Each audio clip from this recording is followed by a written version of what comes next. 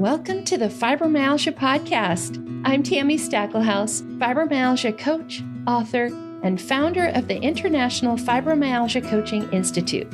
The goal of this podcast is to empower you with access to the dream team of experts and coaches I've discovered are key to living the fibro life you love. From the comfort of your own home, and maybe even your pajamas, I'll help you take back control of your life and health.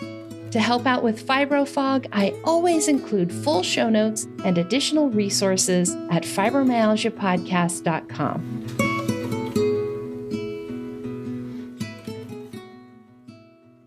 Welcome to the Fibromyalgia Podcast. I'm your coach, Tammy Stacklehouse, and this is episode 76 and our fourth Stories of Hope and Healing episodes.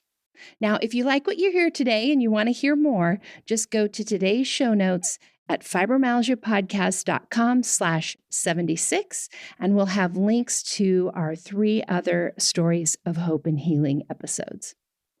In today's interviews, you are going to be hearing from 5 different women from the US, UK, and Canada.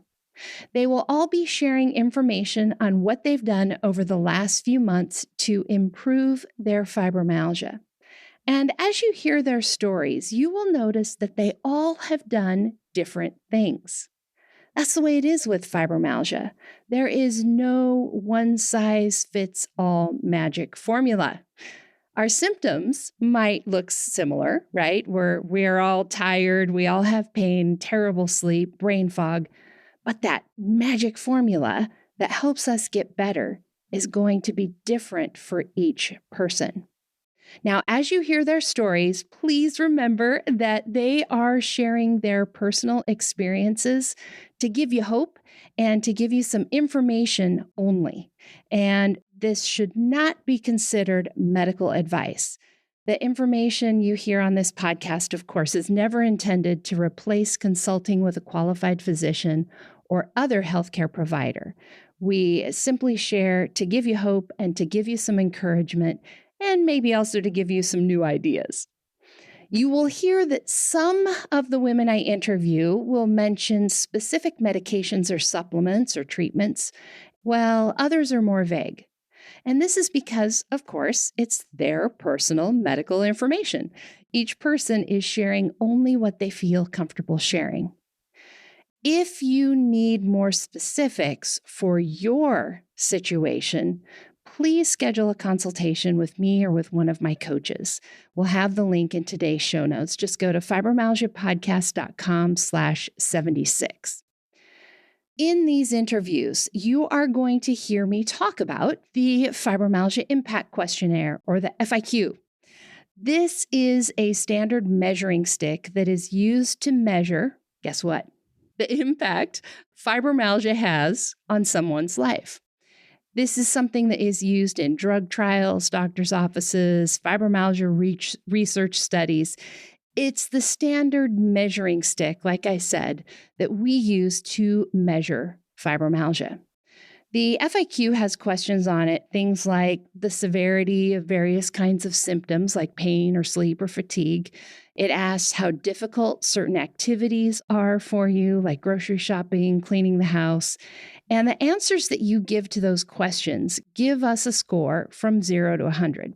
100 is the most severe, the most impact of fibromyalgia on your life, and 0 is no impact at all.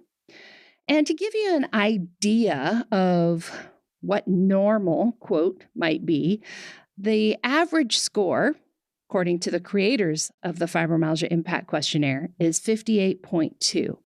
This ranks as what they call moderate fibromyalgia. Most of you out there are going to be somewhere around that number. And the people that you're hearing from today are very typical as well. In fact, the average score of this group of women is 53, which again, that's considered moderate fibromyalgia. Also, to give you a reference before we get into what this class has been able to do, the most common FDA-approved medications for fibromyalgia, Cymbalta and Lyrica, give a 17 to 20% improvement on the Fibromyalgia Impact Questionnaire score. The super fun thing is that today, the women you hear from have improved their FIQ scores by 28%. That's almost a third. They went from a moderate level of fibromyalgia to mild fibromyalgia in 3 months. Could you imagine what your life would be like and how it would be different if you had a 1/3 less impact of fibromyalgia on your life? Now, I know what you're thinking. You're probably thinking, oh, those women, they must have like perfectly set up their lives for those 3 months. They must have been able to focus entirely on improving their fibromyalgia. They must have had it easy. And I want you to know that is definitely not the case. This class has been through more than, honestly, than any of my other classes ever. As one of my graduates says, this was the hardest year of her life. And I've got to say that it was for me too. If you've been listening to the podcast, you heard about everything that was going on with my cat, Sam, and it's just been 2021 was a hard year. And you will hear that these women dealt with COVID, being in the hospital, car accident, divorce, separation, moving, not just once, but the same person moving multiple times. We'll talk about caring for sick children and aging parents, working full-time, single parenting. They have absolutely not had it easy. But that doesn't mean that they couldn't improve their fibromyalgia. And I want that to give you hope. If you're feeling like a hot mess or thinking you got too much going on, that doesn't mean that you can't improve your fibromyalgia as well. In fact, going through all of this, the person who said this was the hardest year of my life, she actually improved her Fibromyalgia Impact Questionnaire score by 41%. That's getting close to cutting that in half, right? The students who had COVID and the one that was in a car accident, they still improved their FIQ over their beginning score. And what I mean by that is we took their FIQ, then they got COVID or were in the car accident. We took it again. And after all of that, their end score was still better than their first score, which means they recovered and improved their fibromyalgia. Pretty impressive. I have to say, I have been seriously impressed with the women in this class, which is why I want you to meet them.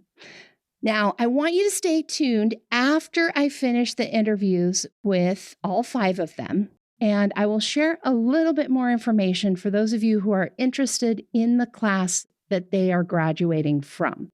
This is our Certified Fibromyalgia Advisor Training Program, and it begins at the end of March 2022. So stay tuned at the end if you're interested in more information on that. Meanwhile, enjoy my interviews.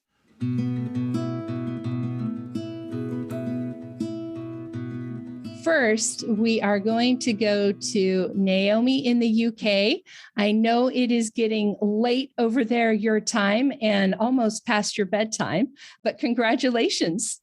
Thank you. Thank you very much. Oh, you're so welcome. It's been a pleasure having you in class. Even though mostly, Naomi, with the time difference, she was watching the class recordings, unable to attend live just because of the time difference. So we didn't get to spend as much time face to face as I would have liked, but congratulations. So, Naomi, you came to our class with a medical background and almost 20 years of fibromyalgia from when you were diagnosed. Knowing that, what would you say surprised you the most about this training program? Yes, when before I did it, I was thinking, would it be worth my while and the expense to do it? I mean, I can read research myself. I've got a medical background. I've got my ways how I do things, and I'm getting on fine. But then in the back of your head, you're always asking yourself, are you doing the best that you can? Isn't there something that you can do better? And I must say the course was really insightful and I really enjoyed it. I've learned a lot of new things and how to apply it and do it and have support of a coach keeping your account. So yeah, I really enjoyed that. That's excellent. I've said for years that most of us kind of know maybe what we should do, but doing it is the hard part, right? And Yes. that was one of the things you mentioned, that your coach was super helpful with you, was just like helping you make sure you did all the things. Yeah, some things were really difficult. Like when my GP didn't want to do certain blood tests, I had to look for somewhere else that I can have the blood test done. And yeah, just getting all those jobs done was a big job. And Yeah. I was forced to do it. It was good. Because your coach is so mean and forceful. No, she's really not. She actually forgets to ask me. I know. We're making fun of her coach because she's one of our graduates here today. Giselle was actually Naomi's coach. So, Naomi, I would love for you to share a little bit. It's the question everybody wants to know the answer to. And that is, what are some of the things that you've done over the last few months to improve your fibromyalgia? You already knew a lot. You were a nurse in your former life. You've had fibromyalgia forever. So what were some of the things that made a difference for you? Just the fact, yeah, I like the blood test. I've done that and I know what the results of all them are. And I know there isn't something else wrong because it was never done in all these years. And also I've started new medication. I've started on supplements, actually knowing why I'm taking them and not just taking supplements for the sake of it. And other things like pacing myself, and add in exercise into every day because even that is good. So lots of those things have come together for me, and the course helped me a lot with that. That's awesome. I am definitely one of those people that if I know why I'm doing something, I'm so much more likely to do it and be consistent with it. And so it actually ends up helping me more. Do you think that was part of it for you too? Yes, yes. And it's like you're in it. So you're doing this now, and there's no point to not apply what you're learning, isn't it? Yeah. So, yes, it does. It encourages you to maybe change a habit you've gone into that's not good for you as well. Absolutely. Absolutely. Now, I would love for you, we get a lot of people who are in a similar situation as you, who were diagnosed in the early 2000s, maybe earlier, and just had kind of stopped thinking about their fibromyalgia, right? Because they were diagnosed, they tried a bunch of things, they kind of found their routine, found their groove, and just kind of went on with life. So for those people who are in that similar situation, which is you, before the class, what would you say to them? How would you encourage them? Well, I will say to them, it's definitely worth their time. They should really do it because there is new things that they can learn and there is changes that they still can make. And they deserve it. They and their family deserve them to work hard on their health. So they should go for it. Awesome. Thank you so much. And I'm so glad that you have all that extra energy and things to spend with that gorgeous grandbaby you have. Yes, yes, he's busy. I need to have lots of energy for him. That's perfect. Well, congratulations again, Naomi. And thank you so much for sharing with us. You're welcome. All right. Next up, we are going from the UK over to Arizona, where it's nice and warm. We were talking before our class started about how cold it is most places, and Angela here is in Arizona. So welcome, Angela, and congratulations again. Thank you. Yes. So unlike most of our class, about half of our classes tend to go on to become coaches, and about half of our class doesn't. And Angela, you mentioned that you were surprised to hear on the podcast that this training program is open for patients too, people who love their jobs and have no interest in becoming a coach. And I would love for you to share a little bit about that and share why you decided to take the plunge and join us. So I was listening to one of the podcasts last fall. I think it was the last Stories of Hope and Healing. During that, they were talking about the advisor training. And that's when I learned that anybody could take it. You didn't have to plan on going on to be a coach, that if you wanted to take it just to help heal yourself, that you could. So that's when I decided for a number of years, I had considered reaching out to talk to a coach. And so that was when I finally decided to do it and scheduled a free consultation with a coach to see if it's something that I would fit in with. And so I did that and decided that it would be a good fit for me. And I'm still working with that coach through this whole class. So that's great. That's great.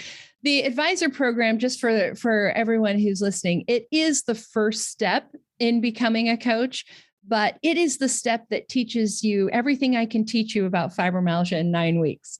And so it's great for patients, for support group leaders, fibro bloggers, people like that, or even just patients who want to find ways to feel better. This is the best way I know to improve your fibromyalgia. So I'm glad you took that step, Angela. And I know we mentioned at the beginning of this event that this class has been through a lot, and you're one of the people that has gone through a lot. So I would love for you to share a little bit about that and really how your coach was able to support you through some of that, because you had some pretty big things you had to deal with. Yeah. So one of the things was I had started with my coach probably about a month before our actual class started. And right before our class started, I was actually in a car accident. So I kind of took several steps backward before even starting the class. So my FIQR questionnaire that we went through, I had done one with my coach before I'd gotten in the car accident. And then I had done another one at the beginning of class after the car accident. So what was nice to see at the very end was that I had improved both, from the one I did after the car accident and from prior. So it was good to see that I had improvements in both areas, which was really nice. So that was one major thing that happened during the class. And then the other thing that was really helpful having a coach to work with was the last several months prior to starting this, I had just been going through a lot and really trying to decide, am I at a point where I need to take some time off work and go on short-term leave or keep pushing? Because I think I had just pushed myself too far for too long, but I didn't know if I was at that point yet. And so it was really helpful to have a coach to work with to kind of go through the pros and cons of going on leave and what that might look like. And so that was really helpful for me to have someone to go through that with. And so I did ultimately decide to take a leave of absence. I am still on a leave of absence right now. It's been really good for me because I've been able to put myself first, focus on my healing, get through this class, start implementing some of these things. So it's been really good. That's great. That's great. And, I think so many fibro patients are in a similar spot as you were, where you're sort of like, shouldn't I? I'm not really that bad, right? And sometimes we need that reality check of another person saying, yeah, but no, you kind of are. Or, just taking that step back to be able to spend time on your healing, right? It's so interesting how if somebody breaks a leg or, has that kind of an injury, probably even your car accident, where we would be like, oh, take time, rest, recover, make sure you give yourself the space. But with things that are these invisible illnesses, right? Like fibromyalgia, we tend to not do that as much, and we need it just as much, right? Right. And I didn't realize how all of the stuff I was doing, like I said, I have the fibromyalgia plus a couple additional chronic illnesses, that how much of a full-time job I was putting into those with doctor's appointments and working with insurance company and all of the things until I stopped working temporarily, that it's like some weeks it's like I feel like I still have a full-time job just trying to take care of myself. Right. That is very true, especially during those weeks where you were like all the extra, doctor visits for the car accident, the chiropractor, the massage, the acupuncture, like all the things, right? Right. And there's only so many hours in a day. Yes. I am so glad that you had Julie's help with that. She's a great coach. And having gone through some of that herself, she was a great person for you to talk that through with. Mm-hmm. Now, I would love for you to share, other than going on short-term leave, I'm sure that is one of the things that made a difference over the last few months. What are some of the other things that you've done to help improve your fibromyalgia? Yeah, so I have worked pretty closely with my doctor on some of the supplements I take. We have changed a few, increased a few, and then we did change one of my medications that I think has really helped. I started seeing a massage therapist that does myofascial release. Mm-hmm. That has been really beneficial to me. I've tried massage therapy in the past, and it usually tends to hurt and isn't as beneficial as I would like it to be. And so this lady I went to actually, because of the car accident, is kind of how I met her. She does myofascial release. So we tried that, and it's been very helpful with the pain. And actually, it's very relaxing. So it actually helps me also get into that relaxation state, which is sometimes really hard with fibromyalgia. Mm-hmm. Yeah, definitely.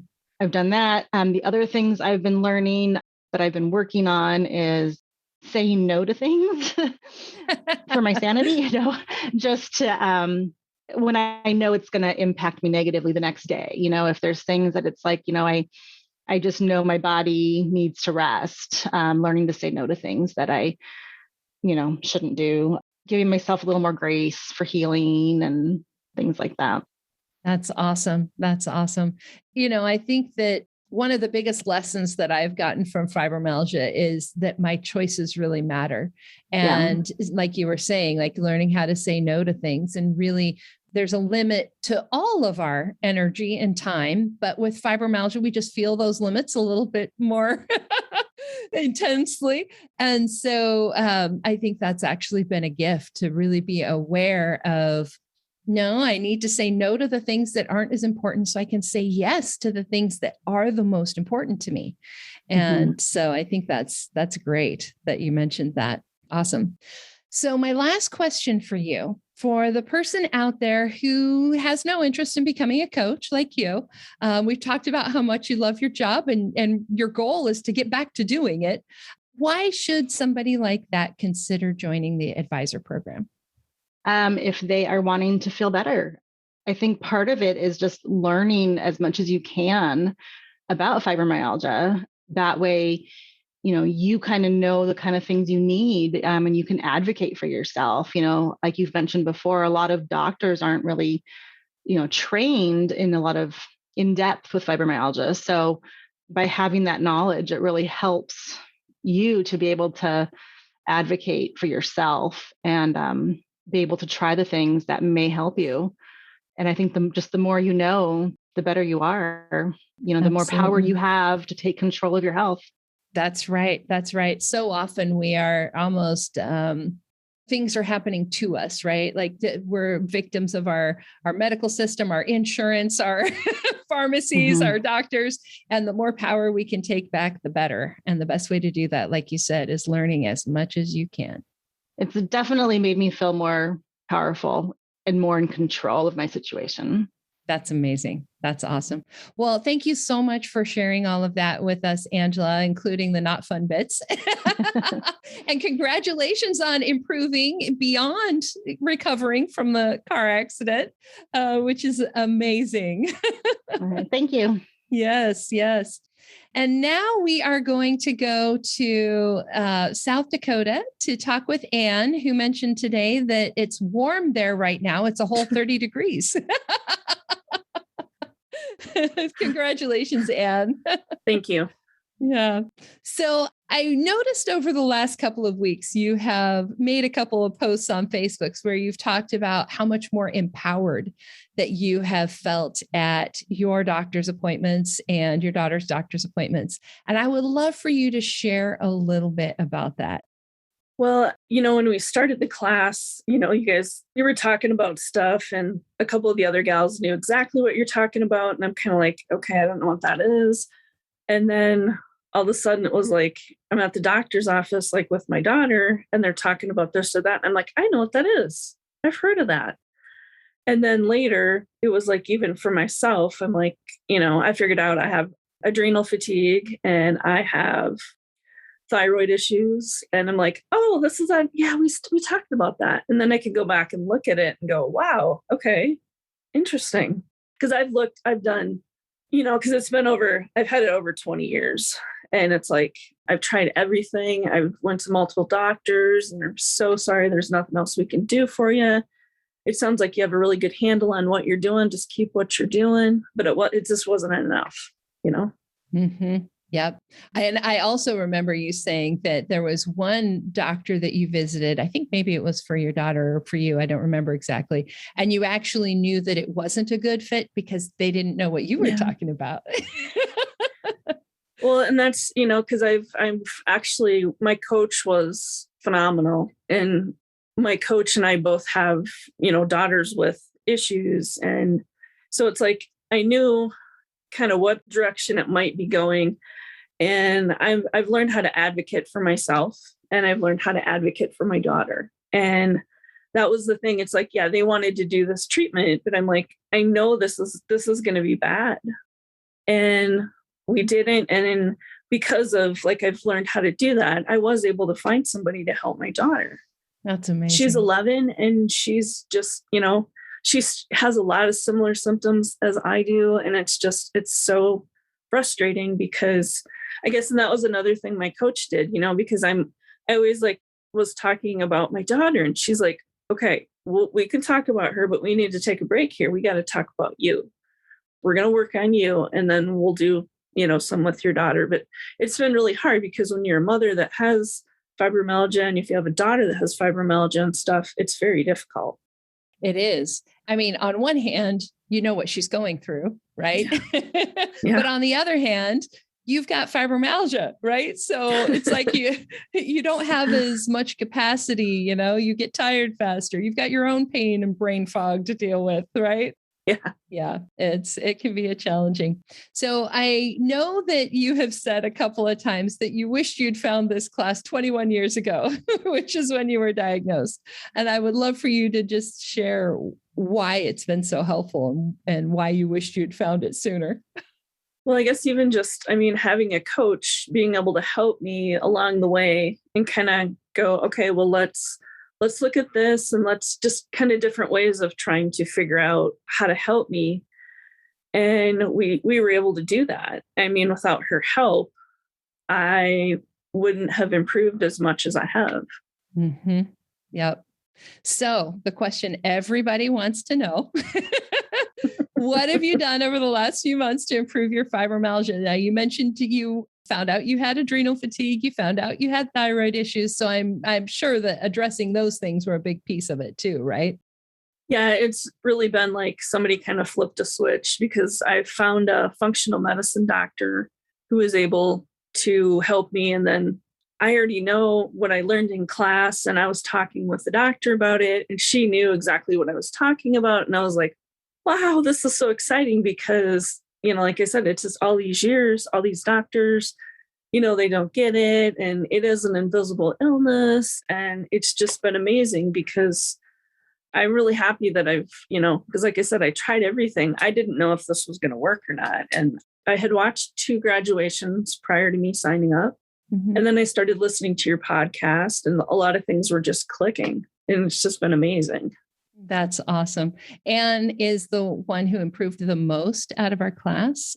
She improved her FIQ score by, I think, 41%, something like that. So you did awesome, Anne. So last question for you. You have not had an easy year. In fact, you were the one who said, this has been the hardest year of my life. Yeah.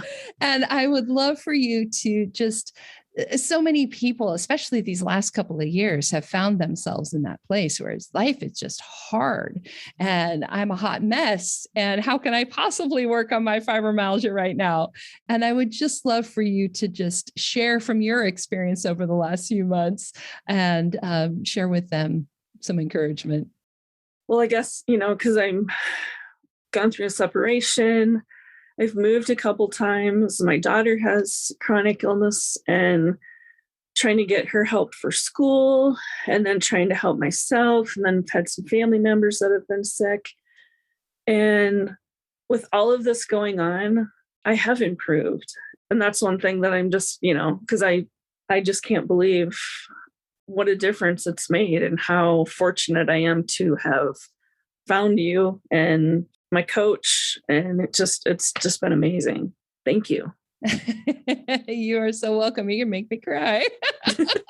Ooh, Oprah moment. Exactly.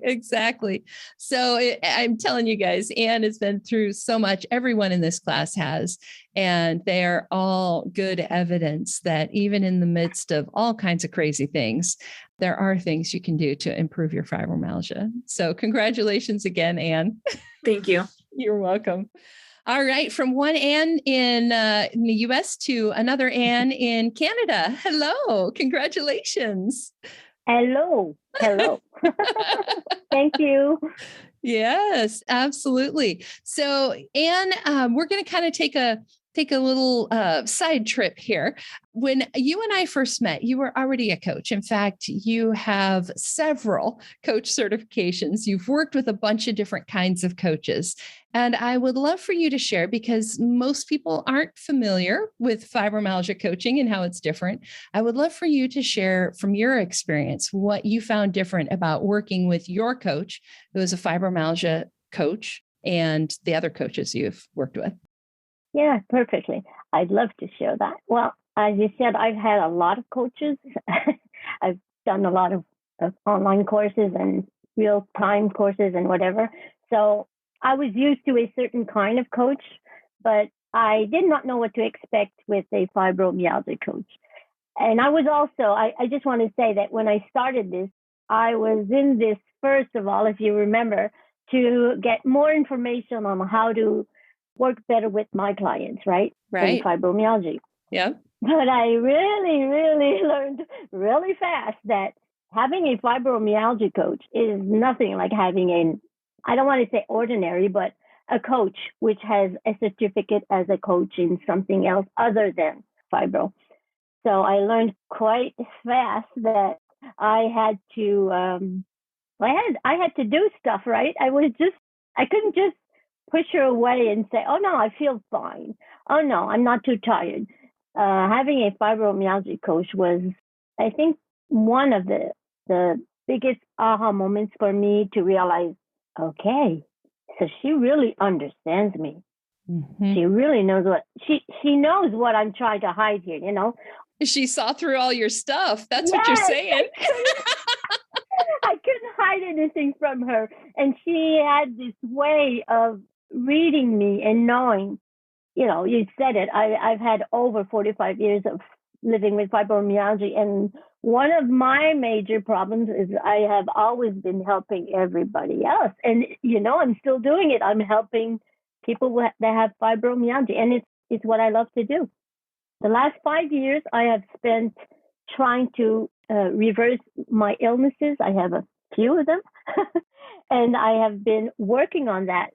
But I had not been working, let's say, on all the areas that really concerned me personally to change many things in my life. And that's what my coach, my dear coach that I love with all my heart, did for me. She was just able to see right through me and take my hand, lead me where I needed to go. And I'll say it wasn't always easy, because the coach in me wanted to, no, I'm okay with this. I know, I've studied this. I know how to, but she always brought me on the other side of really? You don't find you're doing that much? Let me see. This is what you told me you did on Monday, Tuesday, and she'd go on and I would say, yeah, right. Okay. Most probably why I'm tired, Right. Things that I had not ever stopped, even as a coach. I teach these things to I've learned a lot with the advisor coaching, but a lot of things I knew, I was having a hard time applying them to me because I couldn't see myself as a patient, I guess. I've lived so long with suffering. I don't know. Actually, this is one of the best things I discovered with my coach. She showed me that suffering like that on and on and on continually is not normal. So I had to change this normal way of seeing my life to, damn, she's right. I want to change this, right? I do not want to suffer all like, it was just like an aha moment for me.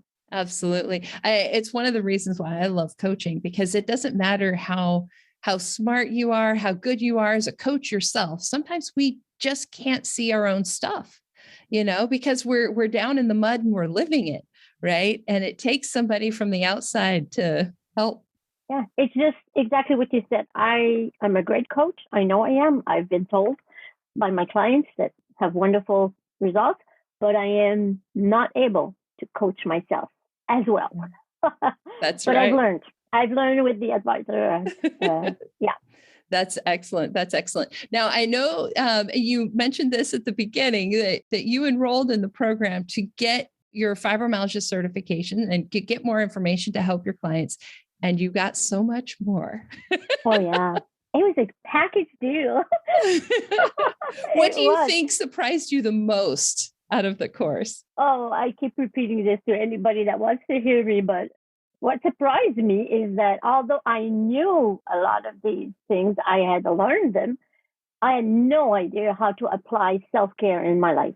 I was like, oh, yeah, I take care of myself. I eat well. I eat very well. That I have no problem because I've been studying 5 years, on nutrition and how to cook things and whatever.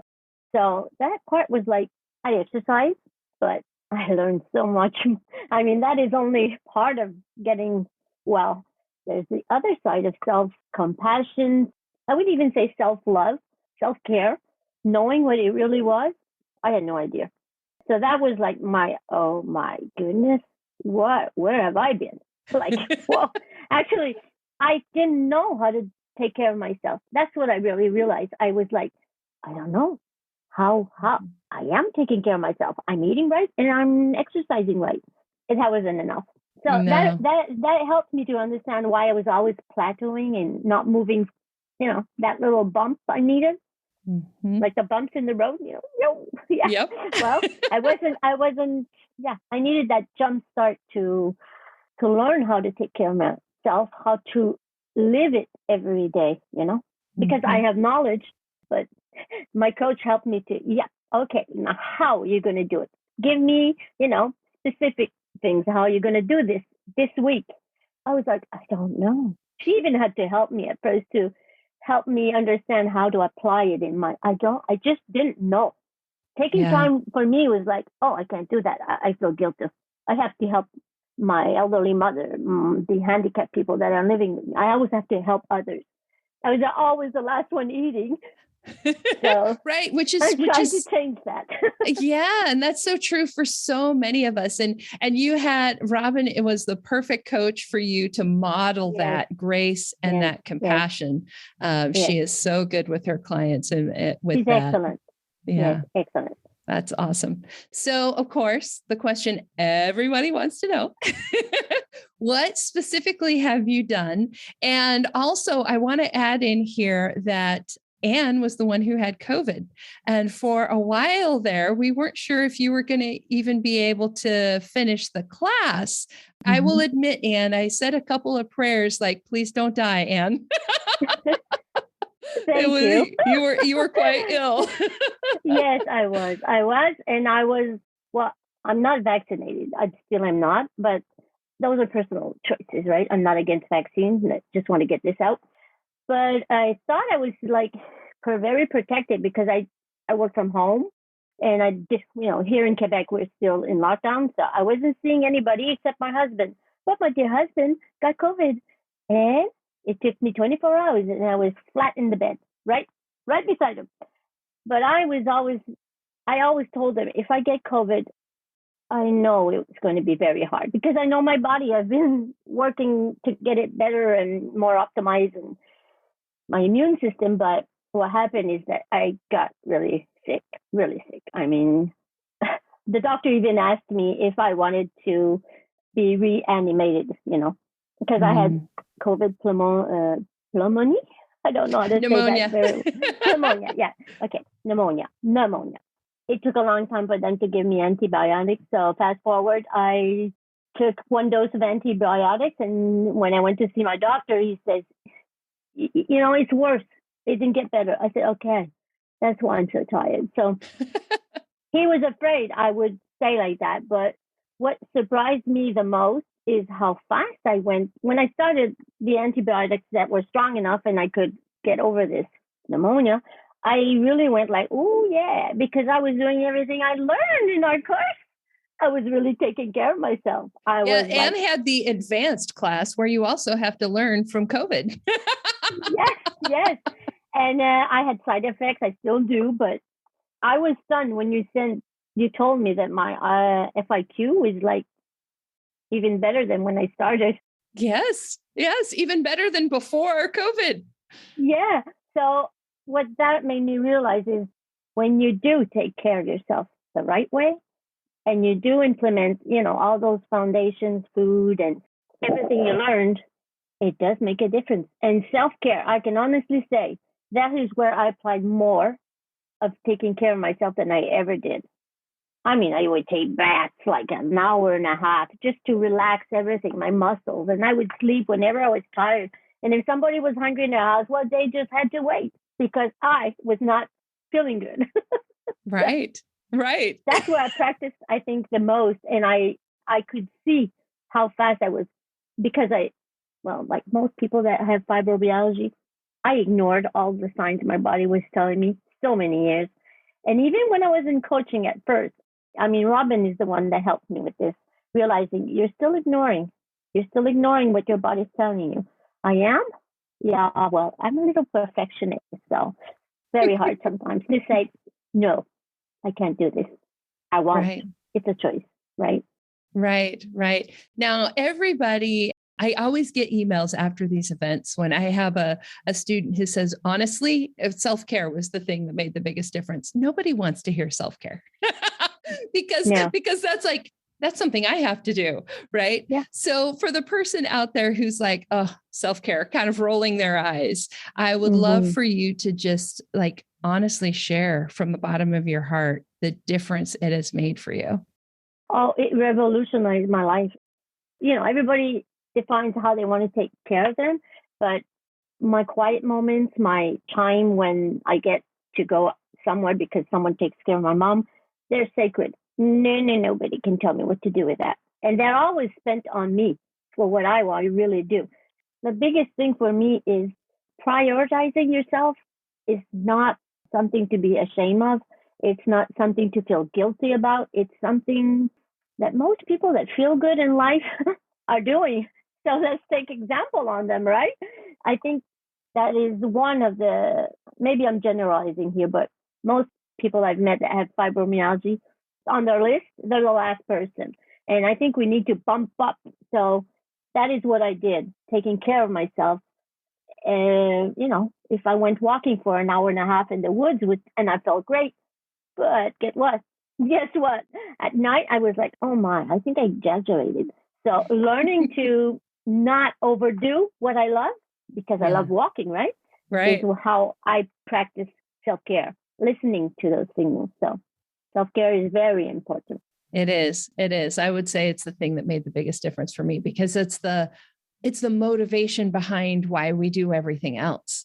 Taking care of myself is why I may choose to eat a certain way or why I choose to say no to some things and yes to others. So, yeah. And I just want to say to finish, you don't know something until you find out you don't know it. And then you just got to start practicing what you did find out, right? Put it in application. Application is how you grow and how you get out of where you're stuck. So that's what happened in me, in my life. Yes. I learned self-care. Oh, it has been so much fun having you in class, Anne, and watching your big ahas. Yes. I'm still stunned. Yes. So thank you, Tammy. Oh, you're so welcome. And congratulations again. Thank you. So now we are going to go to Giselle, who is also in Canada. We're going from Quebec to Ontario. Hi, Tammy. Hi. Congratulations. You know, Thank you. you graduated as an advisor like the rest of these ladies back in August 2020, and you've worked really hard to earn your coach certification. So congratulations, Giselle. Thank you. Now, I mentioned this to you right before we went live, that I was going to sneak in a question we hadn't talked about. In your bio, you mentioned that you were diagnosed with multiple chemical sensitivity. And ever since I have shared your bio as part of graduation, I have been getting little messages coming in, what is that? How was she diagnosed? Because that was a big turning point for you in your fibro journey, right? Yes, it was. It was. So really, fibromyalgia and these illnesses, like these chronic illnesses that are not quite totally understood, are not necessarily what people will have on their radar, right? So, I mean, I have a nursing background, and you were talking about doctors who might have an hour of lessons in med school. In nursing school, it was the same thing. I don't even think we had more than maybe 10 minutes. It was just right. And it was like a mention as we're talking about something else. That's all it was, really. And so it was like, oh, well, I guess it's not such a big deal if they're not teaching us a lot about this, right? Right. So none of these things were on my radar. I had Hashimoto's. I had developed another autoimmune disorder as well. And in my 40s, I just, was a busy mom and taking care of elderly parents and working and being a busy woman like most of us are, and just feeling exhausted and just not knowing why I didn't seem to be able to bounce back like my friends who were also busy moms. And then after a while, there were other weird symptoms that were starting to creep in. I started being hyperreactive to ordinary daily things like cut grass. I could not handle that. I was reacting to smells. I was reacting to so many different things. And really what was confusing was it started very simply. And then over time, it was like the range of things that I was reacting to was getting bigger and bigger. And it was becoming more and more confusing, to be honest. I consulted with allergists, more than one. And I went through the battery of tests, and they really didn't notice much that was going on. One said, well, you're allergic to a whole bunch of things. And then I went to another one, did exactly the same tests a couple of years later, and I was not found allergic to any of it. And I'm like, what does this mean? I didn't make it up. Right. And what you're describing there, I think is something that so many of us go through, right? We go through a test one place, they say, whether it's allergies or your thyroid or a sleep study, it's like, oh, you've got this problem. Oh, no, you don't. Oh, yes, you do. Oh, no, you don't. Yeah. And meanwhile, the tests were contradicting themselves. Right. And I knew I was not feeling good, and I knew something was wrong. Then over time, you keep pushing and trying to get some answers. But it took me a good 20 years wow. of this kind of deterioration going on. Things were getting worse and worse. And I was eating well. I was exercising as much as I could. I was also the kind of person who pushed and pushed and pushed and always put myself last. And I really tried, I felt, the best that I could do to manage my life responsibilities and this basically worsening health situation. So finally, 20 years into this, my health basically got to a point where I became disabled. It was almost like overnight. But it really, when in hindsight, I look at it, it really wasn't. It was 20 years in the making. Right. And finally, my body said, look, listen, lady, I've had enough. Our bodies do that, don't they? Yes. Listen, lady. Listen, I've had enough of this. You're not going to push me anymore. That's it. I'm done. I'm done with you. Yeah. So then what? I kind of hit rock bottom and is so confused. And it's at that point that I actually had to change so many things. I had to start thinking, okay, what I was doing before was not helping. Nothing was helping. We need to get some answers. And it actually started the process of getting my health back again. It took a couple of years of going to specialists again and getting tested, and then finally, first having this fibromyalgia diagnosis, and then after that, getting a multiple chemical sensitivities diagnosis. It was multiple chemical and environmental sensitivities. And suddenly understanding a bit more about these conditions, the picture was starting to make a bit more sense to me.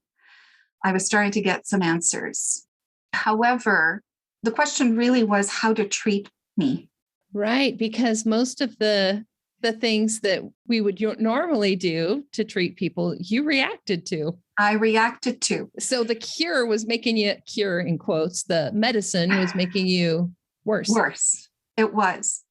So I was already dealing with so many terrible symptoms. And my doctor or a specialist would prescribe medication to help with the symptoms. And the medication was actually giving me other symptoms, worse sometimes than what I was already dealing with. And so we tried many different things, but it got to a point where we realized I just could not take any medication. So then what was left? Right. Right. So then I went to a naturopath and I thought, well, maybe the answer is to not have any chemicals and just go the natural route. And I did that for 6 months, and everything that was prescribed to me, I also reacted to. So that would be like the supplements, the vitamins, all of the things that naturopathic doctors would recommend. Yeah. So I was developing weird reactions to that the doctor had never even heard of before. And it was just making me worse the whole time. So, I mean, it was not obvious how I was ever going to get better again.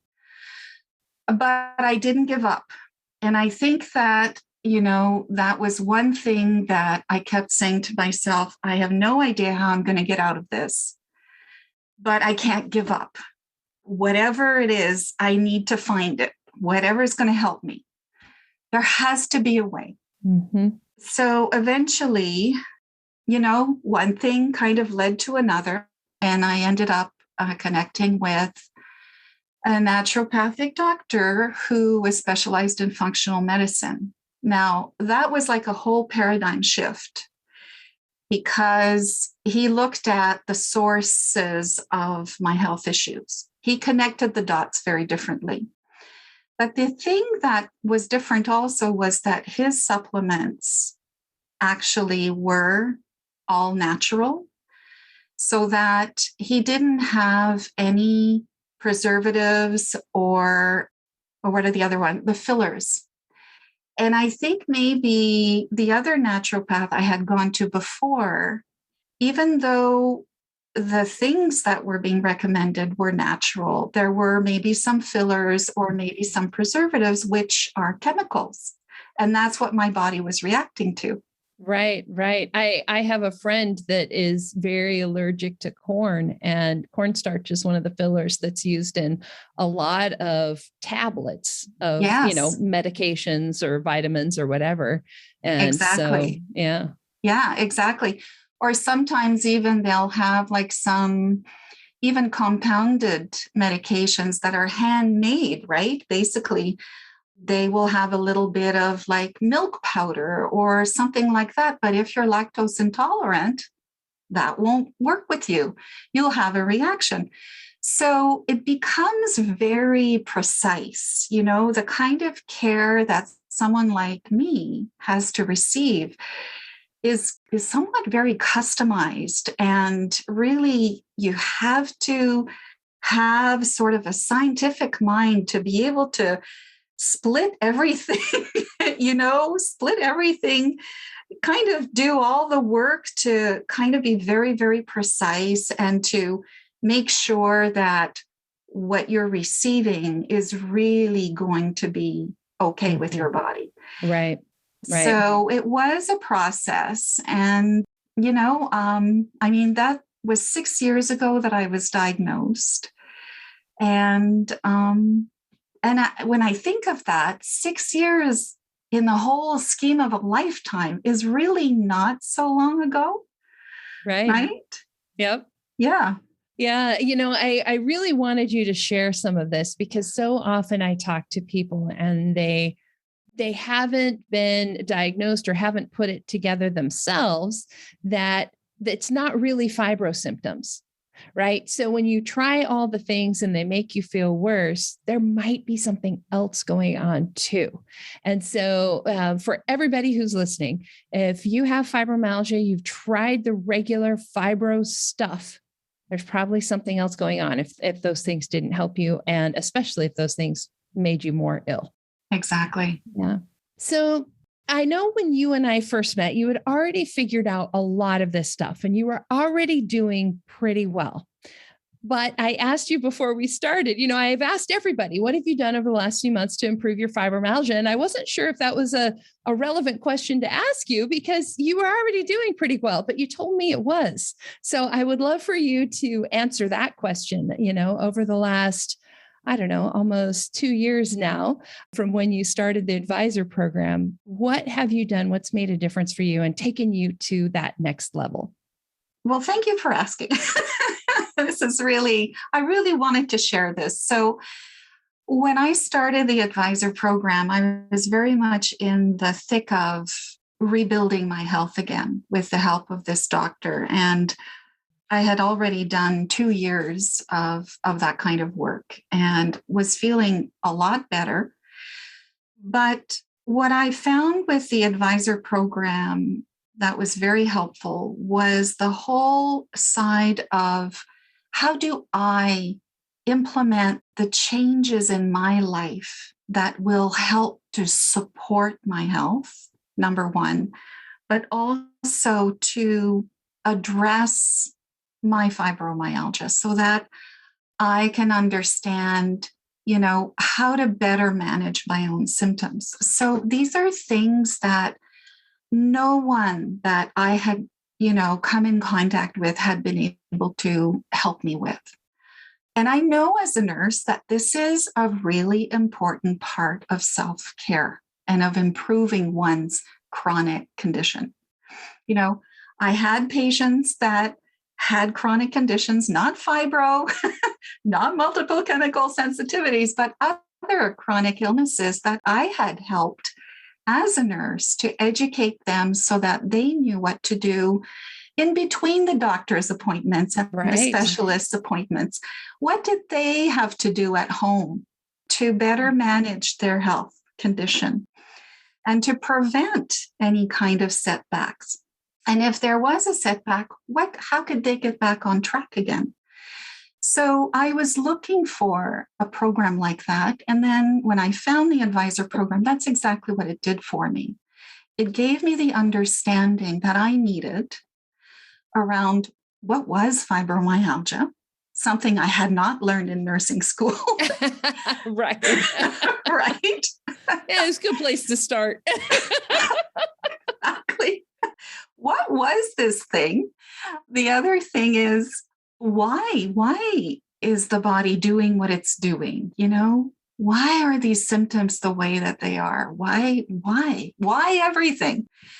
And then how do I improve, my condition? How do I deal with the symptoms? And then how do I prevent flares? And how do I, manage my life, basically? So the advisor program did that for me. It also helped me change my mindset as well around self-care. Very much like Anne was saying, I was very driven to be there for other people, and I was the last one on my list of priorities. The advisor program helped me to understand that it was okay to actually bump myself up on that list, and it wasn't selfish, that it really was necessary, that I really would benefit and my family would benefit from that as well. So I started that when I was taking the advisor program, and I have continued doing that. And it has proven to be helpful because it's been a year and a half, 2 years now since I started the program.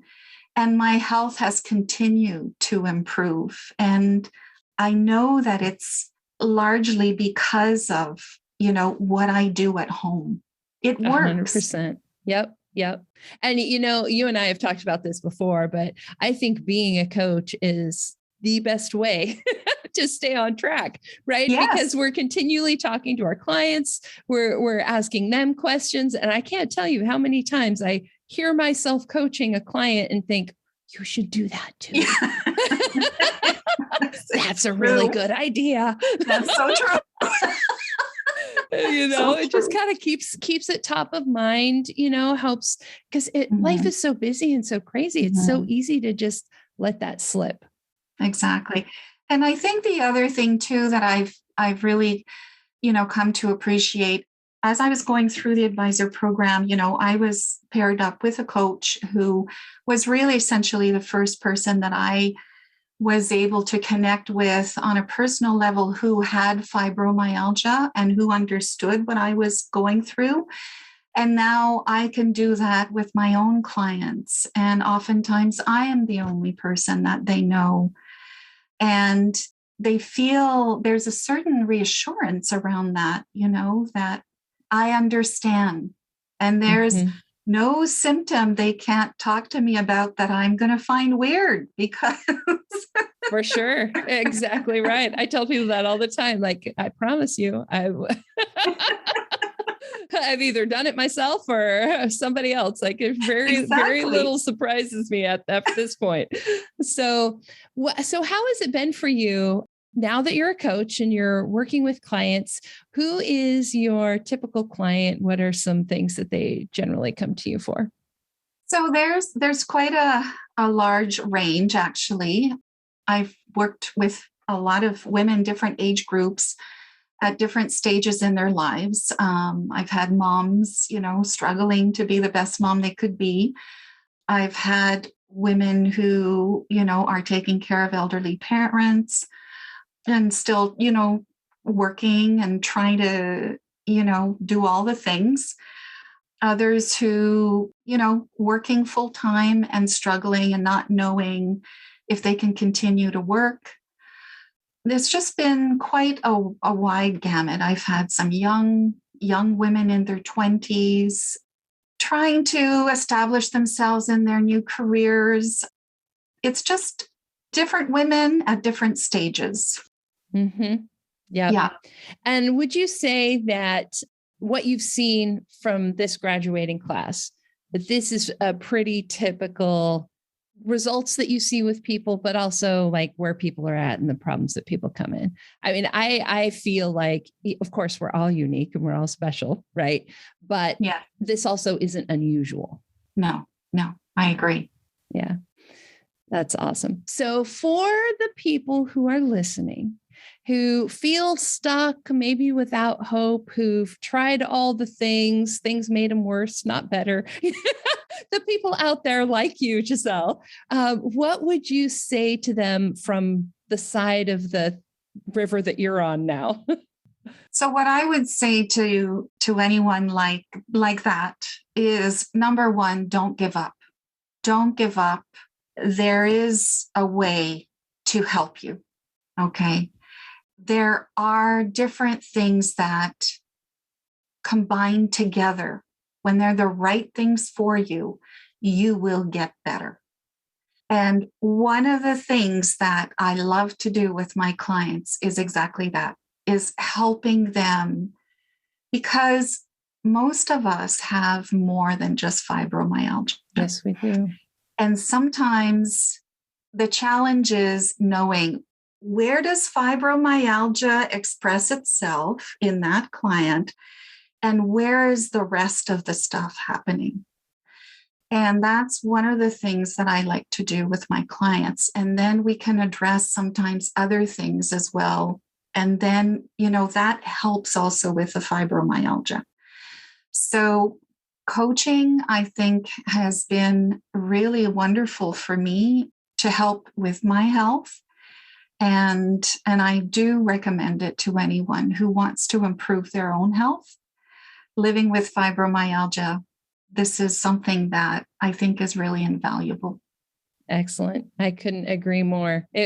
For those of you who don't know, I am a fan of coaching, not because I am a coach, but because it was a coach that changed my life. It was my doctor referring me to a coach and working with that coach that got me better enough that I could start working with people myself. So coaching it just helps you take all the pieces that everybody's been giving you, put it all together. Like I was saying with Anne, we can't see our own stuff, right? And like Giselle was just saying, like, where does fibro begin and something else begin? Where's that overlap? And like Angela was talking about, am I really that sick? Do I really need to do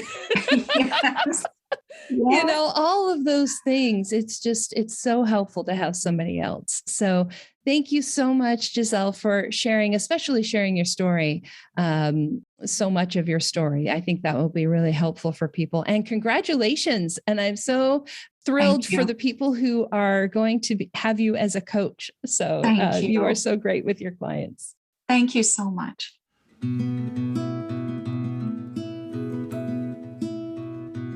Isn't that just a great group of women? I tell you what, I have been so impressed with every single one of them as I have worked with them over the last few months, and just so impressed at their resilience, their persistence, and just how far they've all come with all the obstacles that they've had to overcome. Now, I know you're thinking, but you don't understand how big of a hot mess my life is right now, or how much I have going on. And you know what? We are all a hot mess, and we all have a lot going on. And yes, I do believe that there are ways that you can feel better. I'm sure that there is something that you have not tried yet. I am sure that there are little tweaks that we can make that will make a difference for you. Now, how much better or what exactly you need to do, of course, I can't know that without having a much longer conversation with you. And it depends on a lot of things, like how long you've been sick, what other conditions you have, the resources that you have available to you. But one thing I can tell you for sure, it is not your fault that you are feeling stuck or feeling like you're not getting the help that you need. Because guess what? Our doctors aren't really being trained how to treat fibromyalgia effectively and quickly. We're trying to change that, but it takes time. And a lot of the doctors out there that are seeing patients may have even been trained back when people didn't really consider fibromyalgia a real physical illness. I want you to know that there are so many things that can be done to improve fibromyalgia. So many things that can be done. And so many little tweaks that can be made to your life to reduce that impact of fibromyalgia. And the very best thing that you can do for yourself is to educate yourself. The more you know about your illness, the better conversations you can have with your providers, the better you can know if somebody can actually help you, or if it's a doctor you might need to fire and go find another one. Just today, I got an email from a woman who said that her doctor didn't believe in fibromyalgia. Y'all, fibromyalgia is not Santa Claus. It is not something that you can believe in or not believe in. What would you do if you had a doctor who said they didn't believe in diabetes or they didn't believe in cancer? You'd probably be going to find another doctor because that doesn't sound like a very well-educated medical person.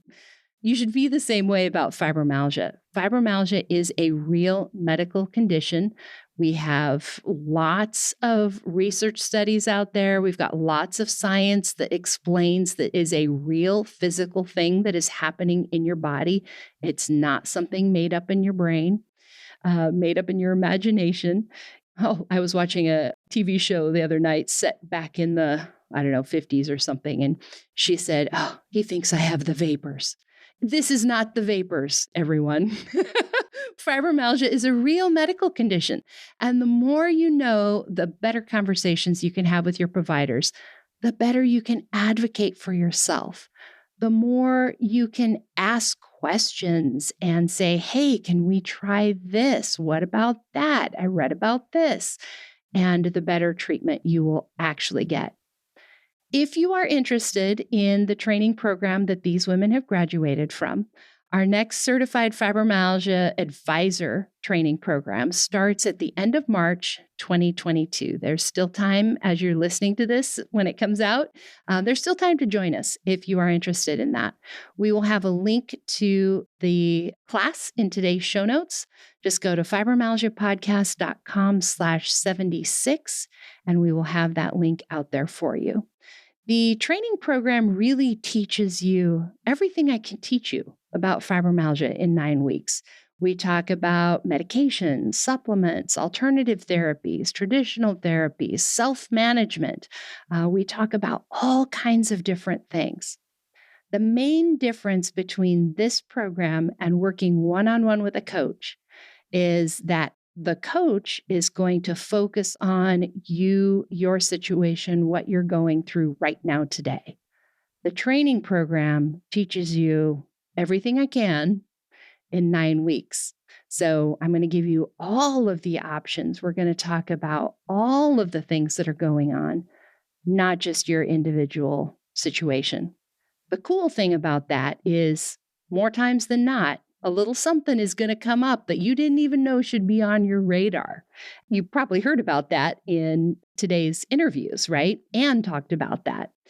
And this can be huge to unlocking why you haven't been able to get better for so long. This can also be overwhelming, I'll be honest, for some people. And so if you feel like that's you and you just want the bottom line, tell me what I need to do just for my situation, then I would recommend just working one-on-one with a coach. Again, you can find the link for that at our show notes page. Just go to fibromyalgiapodcast.com/76.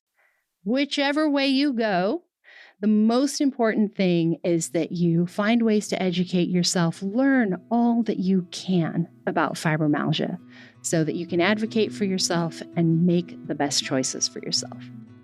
All right, that is it for today. See you back here next time. And that wraps up another episode of the Fibromyalgia Podcast. I'm your coach, Tammy Stackelhaus. For daily doses of hope, inspiration, and practical advice, come hang out with me on Facebook. Visit facebook.com/fibrocoach to find my personal coaching page and connect with me directly. To find the show notes, additional resources, or to schedule a consultation with me or one of my coaches, visit fibromyalgiapodcast.com.